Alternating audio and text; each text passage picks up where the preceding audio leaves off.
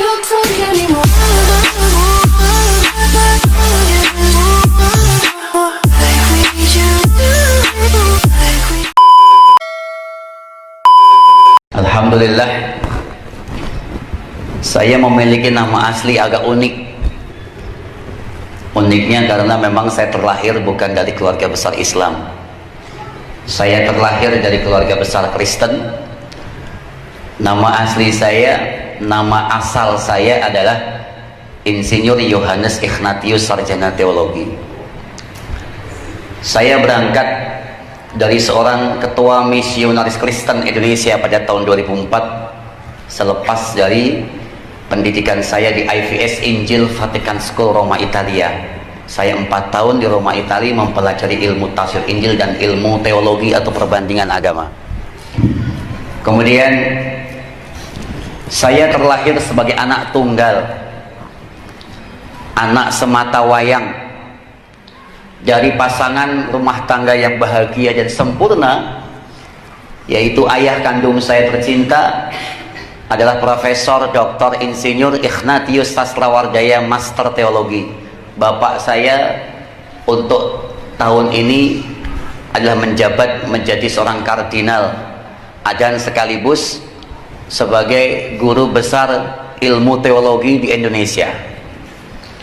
Kemudian ibu kandung saya tercinta adalah seorang penginjil atau seorang evangelis di gereja, yaitu Insinyur Maria Laura Master Teologi. Dua-duanya beliau adalah lulusan dari Injil Vatican School Roma Italia. Dan saya anak kandungnya, anak tunggalnya, mengikuti jejak beliau. Pada tahun 2000 lepas dari Undip Universitas Diponegoro Semarang, saya berangkat untuk mendapatkan beasiswa dari gereja, yaitu dikasih kesempatan selama 4 tahun lamanya saya kuliah ada di Roma Italia. Dan di tahun 2004 saya pulang ke Indonesia, disambut besar-besaran oleh Indonesia karena pada tahun 2004 di Roma Italia, khususnya di Injil Vatican School IVS, tahun 2004 itu saya menyandang gelar. Salam sejahtera untuk kita semua. Semoga kita beriman dengan waras. Baik, saya tertarik membuat video ini karena membaca postingan Pater Dodi Sausasi yang sedang studi S2 di Roma, di Vatikan. Tulisannya demikian: benarkah ada Injil Vatican School? Tulisan ini sebenarnya merespon seorang mu'alaf, ustadz yang murtad dari Kristen dan menjadi Islam, lalu mengaku diri sebagai seorang yang tamatan Injil Vatican School. Tulisan ini pertama-tama saya mau sampaikan bahwa tulisan ini bertujuan untuk nilai edukatif, nilai formatif, nilai pendidikan, untuk bisa meluruskan pemikiran kita atas pernyataan-pernyataan yang tidak benar yang disampaikan oleh Ustadz Fauzan yang sudah kita tonton videonya dan juga viral beberapa hari ini. Oke. Saya pertama-tama mau mengatakan satu hal ini, bahwa video ini tidak bermaksud untuk menyerang, menghakimi beliau. Kebebasan itu ada di pihak masing-masing, tinggal menjalankannya sesuai dengan kemanusiaan kita. Oke.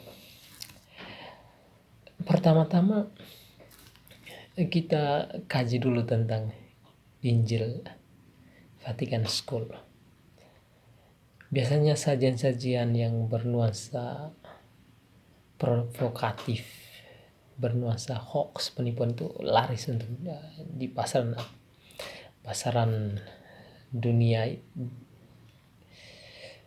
seperti saat ini ya, dengan teknologi yang sangat luar biasa. Nah, mari kita bahas sedikit tentang Injil Vatican School ini. Nah, Pater Dodi Sausasi menulis demikian, seperti yang saya sudah katakan, bahwa benarkah ada Injil Vatican School? Nah, saya tidak punya pengalaman langsung di Vatikan, tapi saya mencoba untuk membaca postingan beliau di akun Facebooknya. Ada yang menulis demikian. Hanya saja memang perlu untuk diluruskan. Nah, teman-teman religius Romo Pater Suster Frater Bruder yang pernah dan sedang kuliah di Roma pasti tidak asing dengan beberapa nama universitas kepausan berikut. Yang pertama, Pontificia Universita Gregoriana. Kedua, Pontificia Universita Urbaniana. Yang ketiga, Pontificia Universita Salesiana. Yang keempat, Pontificia Universita Antonianum atau Pontificia Universita Lateranensis. Oke, itu nama-nama universitas yang ada di sekitaran Vatikan. Bukan di Vatikan sendiri, tapi di sekitaran Vatikan. Itu di Roma. Dan dari nama-nama yang sudah saya sebutkan tadi, tidak ada satu pun sekolah yang saya temukan di tulisan Pater Dodi bahwa ada Injil Vatican School. Wow, luar biasa begitu ya. Lalu dia menggunakan singkatan IVS. Wow, IVS. Lalu kepanjangannya Injil Vatican School. Spektakuler banget. Nah, dari nama ini kita sudah bisa temukan satu kejanggalan yang luar biasa. Bahwa Injil itu bahasa Indonesia. Dari bahasa kata Yunani, Eu Evangelio, kabar baik. Kabar baik. Nah, lalu dia mengatakan Injil Vatican School. Wow. Sementara di Vatikan, di Roma itu menggunakan bahasa Latin dan bahasa Italia. Itu kesalahan pertama yang harus mau saya luruskan. Yang kedua, dia mengaku bahwa dia adalah anak sematawayang dari kardinal yang setahun ini menjabat sebagai kardinal. Oke, saya membagikan satu informasi sedikit ini tentang kardinal. Untuk Indonesia, sementara ini ada 2 kardinal. Yang pertama, Kardinal Julius Dharma Atmojo, yang baru saja digantikan oleh Monsinyur Ignatius Suharyo pada Sabtu 19 Oktober Sabtu 5 Oktober 2019 yang lalu sudah diganti, sehingga kita Indonesia itu mempunyai dua kardinal ya, satu kardinal pensiun dan satu kardinal aktif, itu Monsinyur Ignatius Suharyo. Nah, di dalam video yang sudah kita tonton itu beliau mengatakan dia itu anak kardinal. Nah, pertanyaannya adalah, emang kardinal itu menikah? Tidak. Sekedar untuk informasi bahwa istilah kardinal ini pertama kali dicetuskan oleh Paus Silvester I ya, menjabat antara 314 sampai 335. Lalu dia menggagas itu kardinal. Nah, kardinal ini salah satu nama pintu di kota Roma dulu yang menghubungkan Vatikan dengan gereja-gereja partikular di keuskupan-keuskupan lain. Nah, kemudian kardinal ini, lalu kata kardinal sendiri berasal dari kata cardo, artinya engsel. Nah, fungsi seorang kardinal itu untuk menghubungkan kepausan dengan keuskupan-keuskupan yang ada di bawah kepausan yang ada. Jadi dia menghubungkan ya, dia seperti engsel yang menghubungkan antara kepausan dengan keuskupan-keuskupan yang ada di bawah naungan kardinal, seperti itu. Nah, Lalu saya mau sampaikan satu hal lagi tentang kardinal, bahwa kardinal itu hidup selibat. Apa artinya hidup selibat? Selibat artinya tidak menikah. Nah, karena tidak menikah, maka kita sudah tahu bahwa pernyataan Ustadz Fauzan bahwa dia itu anak tunggal dari seorang kardinal itu hoax. Ya, ingat, itu hoax, tidak benar. Jadi tidak benar, saya mau katakan bahwa tidak benar.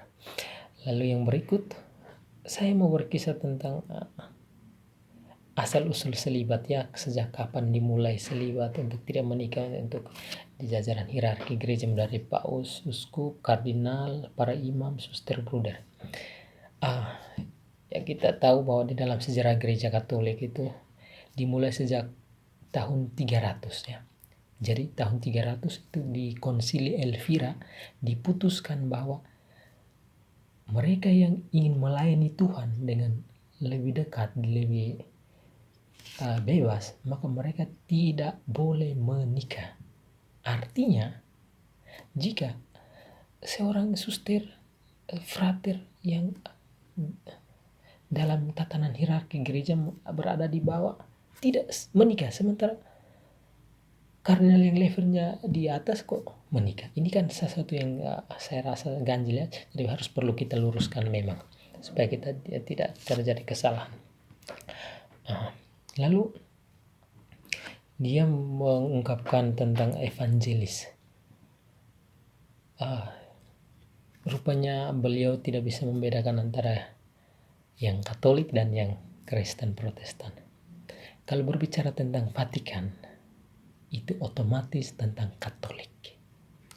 Tetapi kalau berbicara tentang evangelis, minta maaf, saya tidak mau mengatakan sesuatu yang buruk tentang gereja yang lain, tapi istilah evangelis itu sangat familiar di gereja Kristen Protestan. Sementara di gereja Katolik itu yang paling tenar itu katekis, prodiakon, lektor akolit, uskup, biarawan, biarawati, paus. Itu istilah-istilah yang sangat familiar di gereja Katolik. Jadi kalau Pak Ustadz mengatakan dia itu anak kardinal dan mamanya itu seorang evangelis, itu Pak Ustadz kayaknya mabok sopi. Kayak mabok sopi, ya. Mungkin di NTT mabok Sofia begitu. Tidak penting. Jadi itu saya mau sampaikan itu, ya. Jadi harus digarisbawahi bahwa kardinal tidak menikah. Kalau dia mengaku dia anak kardinal, itu hanya sekedar untuk mau mencari ketenaran, ya. Ya udahlah. Yang penting pemahaman kita harus diluruskan tentang ini. Hal ini sangat penting untuk kita luruskan. Karena kita harus hati-hati menerima informasi, karena banyak informasi yang sesat datang hanya untuk mencari ketenaran. Nah, semoga pengalaman ini dan juga video ini bisa membantu kita untuk membuka pemahaman kita tentang gereja Katolik, ya, selayang pandang. Saya tidak memberi banyak, cukup saya mau meluruskan bahwa kardinal tidak menikah. Lalu di Roma, di Italia, di Vatikan tidak ada Injil Vatican School. Salam in corde matris, beriman yang wajar.